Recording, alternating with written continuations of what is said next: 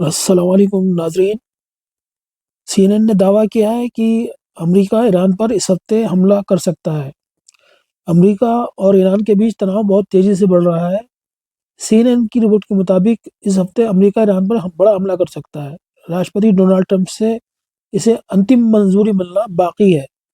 Middle east में America ने 2003 के इराक युद्ध के बाद अपनी सबसे बड़ी एयरफोर्स तैनात की है। रिपोर्ट्स के मुताबिक अमेरिका ने मिडिल ईस्ट में F-35, F-22 और F-15 और F-16 जैसे एडवांस फाइटर जेट्स की एक स्क्वाड्रन तैनात की है। बड़े पैमाने पर अमेरिका ऑपरेशन के लिए जरूरी कमांड एंड कंट्रोल एयरक्राफ्ट भी भेज रहा है। हाल के हफ्तों में एयर डिफेंस सिस्टम भी इलाके में लगाए गए हैं। अमेरिकी न्यूज एजेंसी एक्सियोस की रिपोर्ट के मुताबिक अगर अमेरिका सैन्य कार्रवाई करता है तो ये कई हफ्तों तक चलने वाला बड़ा ऑपरेशन होगा। रिपोर्ट में ये कहा गया कि ऑपरेशन पिछले महीने वेनेजुएला में हुई सीमित कार्रवाई से कहीं बड़ा होगा। संभव है कि इसे इसराइल के साथ मिलकर अंजाम दिया जाए। इसका निशाना ईरान का परमाणु और मिसाइल ढांचा हो सकता है। ट्रंप बोले, अमेरिका के रास्ते पर चले ईरान। ट्रंप ने वाशिंगटन में ईरान को लेकर बड़ा बयान दिया है। उन्होंने कहा है कि अब समय आ गया है कि ईरान उस रास्ते पर आए जिस पर अमेरिका काम कर रहा है। ट्रंप ने कहा कि अगर ईरान हमारे साथ जुड़ता है तो अच्छा होगा, अगर नहीं जुड़ता तो भी ठीक है, लेकिन फिर रास्ता बिल्कुल अलग होगा। वे पूरे रीजन की स्थिरता को खतरे में नहीं डाल सकता। इजरायली अधिकारी बोले, संघर्ष की बहुत ज्यादा आशंका है। इसराइल की सैन्य खुफिया एजेंसी के पूर्व अधिकारी आमोस यादलिन ने कहा कि टकराव अब पहले से कहीं ज्यादा करीब है। हालात तेजी से बिगड़ रहे हैं, लेकिन ये महाशक्ति कुछ ही दिनों में युद्ध शुरू नहीं करती। कूटनीति रास्ता अभी पूरी तरह खत्म नहीं हुआ है। यादलिन ने यह भी कहा है कि कई लोग हमले के खिलाफ हैं और पेंटागन भी पूरी तरह साफ नहीं है कि वे इस कार्रवाई से क्या हासिल करना चाहता है। लेकिन राष्ट्रपति काफी दृढ़ नजर आ रहे हैं। ट्रंप का सभी ऑप्शन खुले हैं। वाला मैं असली सैन्य से तैयारी के बारे में बताता हूँ। लड़ाई खत्म करने की डिप्लोमेटिक कोशिशें जारी। अमेरिका और ईरान के बीच तनाव कम करने और टकराव के टालने की कूटनीतिक प्रयास तेज हो गए हैं। मंगलवार को ट्रंप के सलाहकार जेरेड कुशनर और स्टीव विटकॉफ ने जेनेवा में ईरान के विदेश मंत्री से करीब 3 घंटे तक बातचीत की। दोनों पक्षों ने कहा कि बातचीत कुछ डेवलपमेंट हुआ है, लेकिन अमेरिका अधिकारी अभी कुछ मुद्दों पर सहमति बनाने के लेकर डाउट में है। अमेरिका के उपराष्ट्रपति जेडी वांस ने कहा कि कुछ मामलों में बातचीत अच्छी रही, लेकिन कई मुद्दों पर राष्ट्रपति ने जो रेड लाइन तय की है उन्हें ईरान मानने को तैयार नहीं है। उन्होंने ये भी कहा कि राष्ट्रपति समझौता चाहते हैं, लेकिन यह भी संभव है कि कूटनीति अपनी अंतिम सीमा तक पहुंच चुकी हो। अमेरिका ने मिडिल ईस्ट में अपने सैन्य तैनाती बढ़ाई। रिपोर्ट के मुताबिक मध्य पूर्व में अमेरिका की सैन्य मौजूदगी काफी बड़ी बढ़ चुकी है। 2 एयरक्राफ्ट कैरियर, करीब 1 दर्जन युद्धपोत, सैकड़ों फाइटर जेट और कई एयर डिफेंस सिस्टम तैनात किए गए हैं और भी सैन्य उपकरण भेजे जा रहे हैं। ओपन सोर्स टैगिंग के मुताबिक 150 से ज्यादा कार्गो उड़ानें हथियार और गोला बारूद लेकर क्षेत्र में पहुंच चुकी हैं।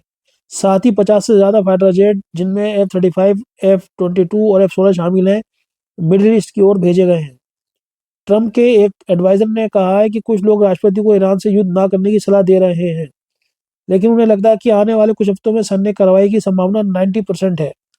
इसराइल के 2 अधिकारियों ने भी कहा है कि देश कुछ ही दिनों में युद्ध की स्थिति के लिए तैयारी कर रहा है और ऐसी कार्रवाई की वकालत कर रहा है जो ईरान की सत्ता को चुनौती दे सके। रूस ने ईरान के साथ नेवी एक्सरसाइज का ऐलान किया। रिपोर्ट में याद दिलाया गया कि जून 2025 में ईरानी मिसाइलों से 32 लोगों की मौत हुई थी और 3,000 से ज्यादा लोग घायल हुए थे। लिक्विड पार्टी के सांसद बोआज ने कहा कि इसराइल का कोई भी नागरिक ऐसा नहीं जो दिन में कई बार ये ना सोचता हो कि ईरान के साथ संघर्ष कब होगा। उन्होंने कहा कि जनता और सरकार दोनों अलग अलग संभावित हालात के लिए तैयार हैं। इस बीच ईरान और रूस ने ओमान सागर और उत्तरी हिंद महासागर में संयुक्त सैन्य अभ्यास करने का ऐलान किया है। वहीं ईरान की रिवोल्यूशनरी गार्ड्स ने हॉर्मुज स्ट्रेट के पास सैन्य अभ्यास किया और कुछ घंटों के लिए वहां आवाजाही आंशिक रूप से रोक दी। हार्मुज स्ट्रेट अपनी सबसे संकरी जगह पर करीब 33 किलोमीटर चौड़ा है। ये फारस की खाड़ी को ओमान की खाड़ी और आगे वैश्विक बाजारों के से जोड़ता है। दुनिया की करीब 20% तेल सप्लाई इसी रास्ते से गुजरती है।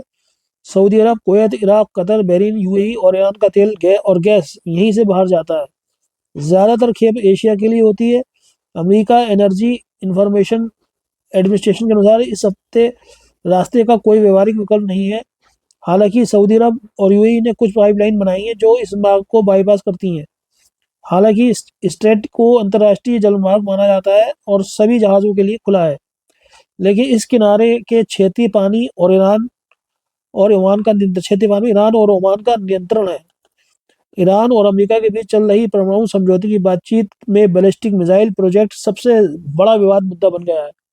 ईरान इस पर बिल्कुल भी समझौता करने को तैयार नहीं है और इसे अपनी रेड लाइन मानता है। ईरान का कहना है कि ये उसके बैलिस्टिक मिसाइल का प्रोग्राम है, रक्षा के लिए ज़रूरी है। ईरान का कहना है कि जून 2025 में इसराइल और अमेरिका ने ईरान के परमाणु साइटों पर हमला किया, तब ईरान की मिसाइलों ने ही उसकी रक्षा की। इसके साथ ही अमेरिका चाहता है कि ईरान हिजबुल्लाह, हूती जैसे प्रॉक्सी ग्रुप्स को समर्थन देना बंद करे। अमेरिका इस मुद्दे को भी शामिल करना चाहता है, लेकिन ईरान मुख्य रूप से सिर्फ परमाणु मुद्दे पर फोकस रखना चाहता है।